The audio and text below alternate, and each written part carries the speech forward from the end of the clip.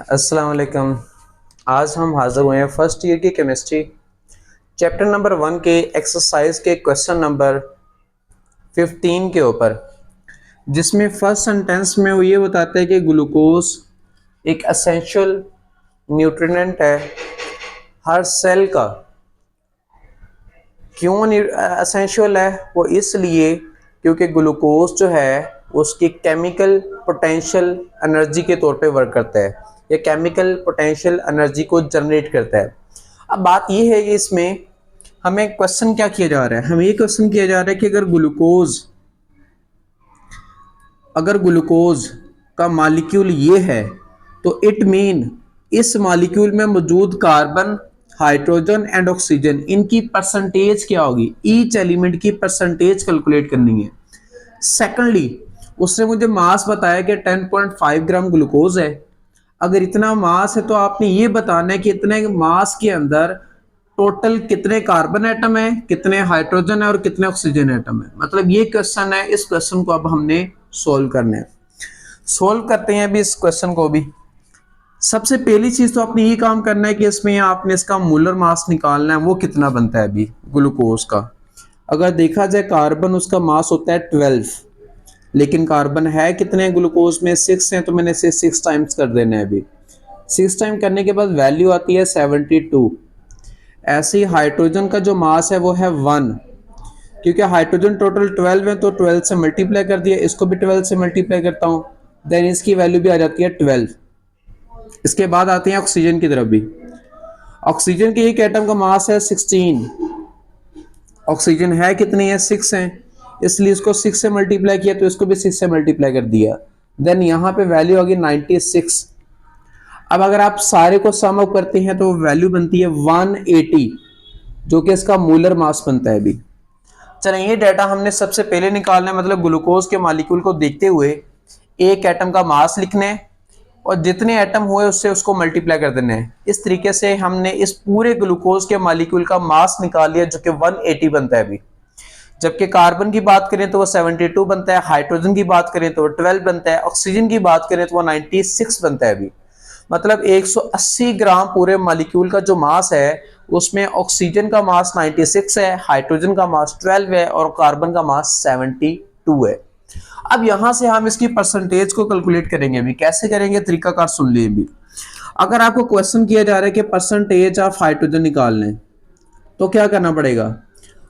Percentage hydrogen निकालने के लिए आपको क्या करना पड़ेगा? मास ऑफ हाइड्रोजन ऊपर रखना पड़ेगा, और जबकि टोटल मास जो मॉलिक्यूल का मास है उसको आपको नीचे रखना पड़ेगा अभी। तो इस तरीके से मल्टीप्लाई बाय 100 करना है, देन आपको परसेंटेज ऑफ हाइड्रोजन मिल जाएगी। अब अगर नोट किया जाए कि इस मॉलिक्यूल के अंदर हाइड्रोजन का जो मास है वो कितना है? 12 है। तो इट मींस क्या करना पड़ेगा? 12 डिवाइड बाय पूरे मॉलिक्यूल का मास है 180 और मल्टीप्लाई बाय 100, देन आपको यहाँ पे परसेंटेज ऑफ हाइड्रोजन मिल जाएगी। परसेंटेज ऑफ हाइड्रोजन जो आपको यहाँ पे गेट होती है उसको आपने देख लेना है, जो भी परसेंटेज यहाँ पे मिले उसको यहाँ पे राइट कर लेना है अभी। ऐसे ही परसेंटेज ऑफ कार्बन भी आप निकाल सकते हैं और ऑक्सीजन भी निकाल सकते हैं अभी। जैसे कि मैं यहाँ पे भी निकालता हूँ, अभी परसेंटेज ऑफ कार्बन निकालना चाहता हूँ, तो कार्बन के मास को ऊपर लिखूंगा और जबकि मॉलिक्यूल के मास को मैं नीचे रखूंगा, इस कंपाउंड के मास को, और मल्टीप्लाई बाय 100 कर दूंगा। अब अगर देखा जाए तो मास ऑफ कार्बन जो हमें यहाँ पे मिला है मॉलिक्यूल के अंदर वो है 72। तो 72 ऊपर आ जाएगा, 180 नीचे आ जाएगा और मल्टीप्लाई बाय 100 हो जाएगा। तो इस तरीके से आप उसकी परसेंटेज ऑफ कार्बन निकाल लोगे। परसेंटेज ऑफ कार्बन निकालने के बाद परसेंटेज ऑफ ऑक्सीजन भी निकालते हैं, क्योंकि हमें ईच एलिमेंट का है carbon, hydrogen, oxygen, carbon, hydrogen, oxygen, ये दो तो निकाल चुके हैं। अब इसकी परसेंटेज निकालती हैं। तो कैसे निकालेंगे? मास ऑफ ऑक्सीजन ऊपर रखना पड़ेगा, मास ऑफ कंपाउंड या मॉलिक्यूल आपको नीचे लिखना पड़ेगा और मल्टीप्लाई बाय 100 करना पड़ेगा। अब अगर देखा जाए तो एक मॉलिक्यूल के अंदर ऑक्सीजन का मास है 96, तो 96 ऊपर आ गया, नीचे 180 आ गया और मल्टीप्लाई बाय 100 हो गया।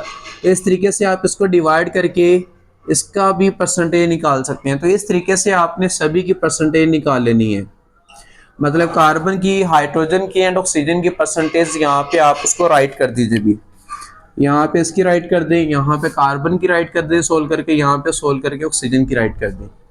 इसके बाद सेकंड क्वेश्चन है भी कि ग्लूकोज का अगर इतना मास है तो आप बताएं कि उसमें कार्बन एटम कितने हैं, हाइड्रोजन एटम कितने, ऑक्सीजन एटम कितने हैं। चलिए वो फाइंड करना स्टार्ट करते हैं। सबसे पहले एक चीज माइंड में बिठा लें, किसी भी मॉलिक्यूल के अगर एटम्स की बात कर रहे हैं कि इसको फाइंड करें तो सबसे पहले आप नंबर ऑफ मॉलिक्यूल निकाल लें, क्योंकि नंबर ऑफ मॉलिक्यूल के निकलने के बाद आप किसी भी उसमें मौजूद एटम जितने हैं ना वो सभी को इंडिविजुअली फाइंड कर सकते हैं। अभी देखते हैं यहाँ पे क्या करते हैं। यहाँ पे सबसे पहला काम ये करते हैं कि मुझे मास दिया हुआ है, मैं फार्मूला लगाता हूँ अभी। नंबर ऑफ ग्लूकोज C6H12O6, मतलब मैं total number of molecule find करूंगा कि 10.5 ग्राम के अंदर कितने होते हैं। क्या करूंगा अभी, मास ऊपर रखूंगा, मोलर मास नीचे रखूंगा और मल्टीप्लाई बाय एवोगैड्रोस नंबर हो जाएगा। इसकी वैल्यू को पुट करते हैं। मास मुझे दिया हुआ है 10.5 ग्राम, मोलर मास है 180 ग्राम और एवोगैड्रोस नंबर है 6.02 मल्टीप्लाई बाय 10 की पावर 23। तो इस तरीके से आप नंबर ऑफ ग्लूकोज फाइंड कर सकते हैं। अभी जब आपके पास नंबर ऑफ ग्लूकोज आ जाए तो आप हर एटम को इंडिविजुअली कैलकुलेट कर सकते हैं। Number of atom her atom के इंडिविजुअली कैलकुलेट कर सकती हैं। इसके नंबर ऑफ मॉलिक्यूल्स की अगर तादाद की बात करें तो वो बनती है 3.5 मल्टीप्लाई बाय 10 की power 22। Low, number of molecule निकलने के फौरी बाद आप इंडिविजुअल इसमें आप कार्बन एटम भी फाइंड कर सकते हैं, हाइड्रोजन भी फाइंड कर सकते हैं, ऑक्सीजन भी फाइंड कर सकते हैं। क्या करना पड़ेगा, जस्ट एक ही रूल है। मतलब यहां पे मैं लिखता हूं अभी, अगर मेरे पास एक मॉलिक्यूल है किस चीज का भी, ग्लूकोज का, C6H12O6 का, then it have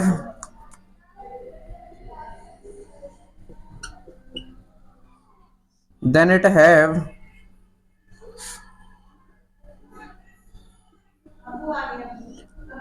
have carbon atom, then it have a carbon atom. तो वो कार्बन एटम कितने रखेगा, सिंपली नोट करें कि एक मॉलिक्यूल ग्लूकोज में कार्बन एटम कितने होते हैं। यहाँ पे लिखा हुआ है 6, मतलब ये 6 होंगे। अब करना क्या है, अभी मेरे पास मॉलिक्यूल एक नहीं है, मेरे पास मॉलिक्यूल इतने हैं, तो इट मींस इस मॉलिक्यूल्स को मैं 6 टाइम कर दूंगा, मतलब इसी वैल्यू को उठा के यहाँ पे मल्टीप्लाई करूंगा और यहाँ पे मल्टीप्लाई करूंगा। देन आपके पास नंबर ऑफ कार्बन एटम आ जाएंगे इतने मॉलिक्यूल्स के अंदर भी। लो सिंपली ये वे है, अभी 1 को मल्टीप्लाई कर दूंगा मैं 3.5 मल्टीप्लाई बाय 10 की पावर 22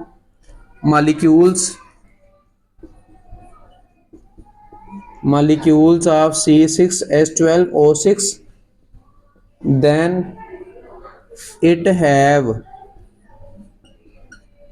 कार्बन एटम। सारी के सारी स्टेटमेंट वही लिख रहा हूँ, बस यहाँ पे 1 की जगह पे इसको मल्टीप्लाई कर दिया। ऐसे 6 के साथ मुझे मल्टीप्लाई करना पड़ेगा उस नंबर को। अब तो कार्बन एटम निकल आए कितने बनते हैं, 6 मल्टीप्लाई बाय 3.5 मल्टीप्लाई बाय 10 की पावर 22। तो इस तरीके से आप उसके नंबर ऑफ एटम कैलकुलेट कर सकते हैं, जो कितने बनती हैं, ये बनती हैं 2.1 मल्टीप्लाई बाय 10 की पावर 23। ऐसे ही आप जैसे ग्लूकोज के एक मॉलिक्यूल में कार्बन एटम को देख के आपने टोटल कार्बन एटम निकाल लिए उसमें से, ऐसे ही आप जो है ना हाइड्रोजन को भी नोट करेंगे, ऐसे ऑक्सीजन को भी नोट करेंगे। जैसे मैं आपको यहाँ पे आइडिया देता हूँ अभी, आप नोट करें, मैं इसको थोड़ा सा रेज करता हूँ ताकि ना आपको ये चीज बता सकूं। इधर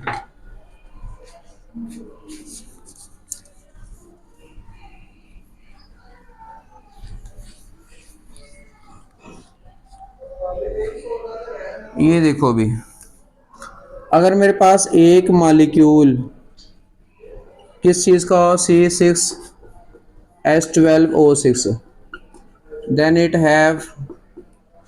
इट कंटेन या हैव हाइड्रोजन एटम। उसमें हाइड्रोजन एटम कितने होंगे भी, अगर देखा जाए तो वो 12 होते हैं। अब मेरे पास मॉलिक्यूल तो इतने हैं नहीं है, मेरे पास टोटल मॉलिक्यूल की तादाद है इतनी 3.5 मल्टीप्लाई बाय 10 की पावर 22। तो मुझे 1 को मल्टीप्लाई किससे करना पड़ेगा, इसी वैल्यू के साथ, 3.5 मल्टीप्लाई बाय 10 की power 22 molecule of glucose C6H12O6, then it contain hydrogen atom. तो इसमें हाइड्रोजन एटम कितने होंगे, 12 मल्टीप्लाई बाय यही नंबर 3.5 मल्टीप्लाई बाय 10 की पावर 22। अगर आप इसको मल्टीप्लाई करते हैं तो उसका रिजल्ट आता है हाइड्रोजन एटम का 4.2 मल्टीप्लाई बाय 10 की पावर 23। लो, ये वाले हाइड्रोजन एटम निकल आएंगे। इसके बाद आपने जो है ना मजीद इसमें जो ऑक्सीजन एटम है वो भी फाइंड कर लेंगे, तो उसमें भी यही काम होगा। बस ये काम इसमें चेंजमेंट बस ये कर लीजिएगा, 1 molecule of glucose then it contain oxygen atom. Oxygen atom भी 6 हैं, यहाँ पे ऑक्सीजन आ जाएगा, यहाँ पे ऑक्सीजन आ जाएगा। देन आपका ये क्वेश्चन भी सॉल्व हो जाएगा। दोनों का रिजल्ट सेम है, क्योंकि एक मॉलिक्यूल में कार्बन एटम भी 6 हैं और एक मॉलिक्यूल में ऑक्सीजन एटम भी 6 हैं। इट मीन जितने मॉलिक्यूल होंगे उनमें कार्बन और ऑक्सीजन की तादाद सेम आएगी। तो इसलिए मैं कह रहा हूँ कि इसी क्वेश्चन को दोबारा आपने यहाँ से लेके यहाँ तक सोल्व कर लेना है, जस्ट कार्बन की जगह पे ऑक्सीजन कर लेना है, क्योंकि इनकी क्वांटिटी सेम है। तो इस तरीके से आप इस न्यूमेरिकल को इजीली सोल्व कर लेंगे। आई होप आपको ये सारे लेक्चर का आइडिया हो गया होगा। बाकी नेक्स्ट अगर कोई क्वेश्चन हो तो आप मुझसे पूछ सकते हैं भी। ओके, अल्लाह हाफिज़।